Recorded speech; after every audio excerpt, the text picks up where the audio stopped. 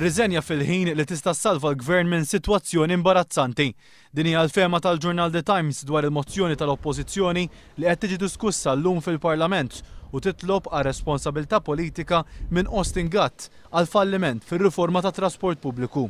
The Times ifisser is-servizz il-ġdid bħala taħwida sħiħa kemm bħala rotot kif ukoll dewmien fil-ħin u stennija l-passiġġieri. Il-ġurnal jgħid li riforma falliet minkejja li l-Gvern, b'mod partikolari Austin Gatt, nefa' eluf ta' euro minn flus il-poplu fi studji, konsulenzi u daq ta' trombi. Bir-raġun kollu tgħid The Times il nies jistennew li tintrefa' responsabilità politika l-ewwel qabel kollox mill-Ministru nkarigat. Il-ġurnal jgħid li l-Prim Ministru żbalja meta ma laqax ir-riżenja ta' Austin Gatt, messu aċċetta u kieku llum ma kienx ikun hemm il-bżonn ta' vot fil-Parlament. Jidher ċar li l-Prim Ministru huwa aktar interessat li jiddefendi lill-Ministru tiegħu milli jinsisti fuq responsabilità ta' min ikkawża taħwit madwar il-pajjiż kollu bir-riforma fit-trasport pubbliku.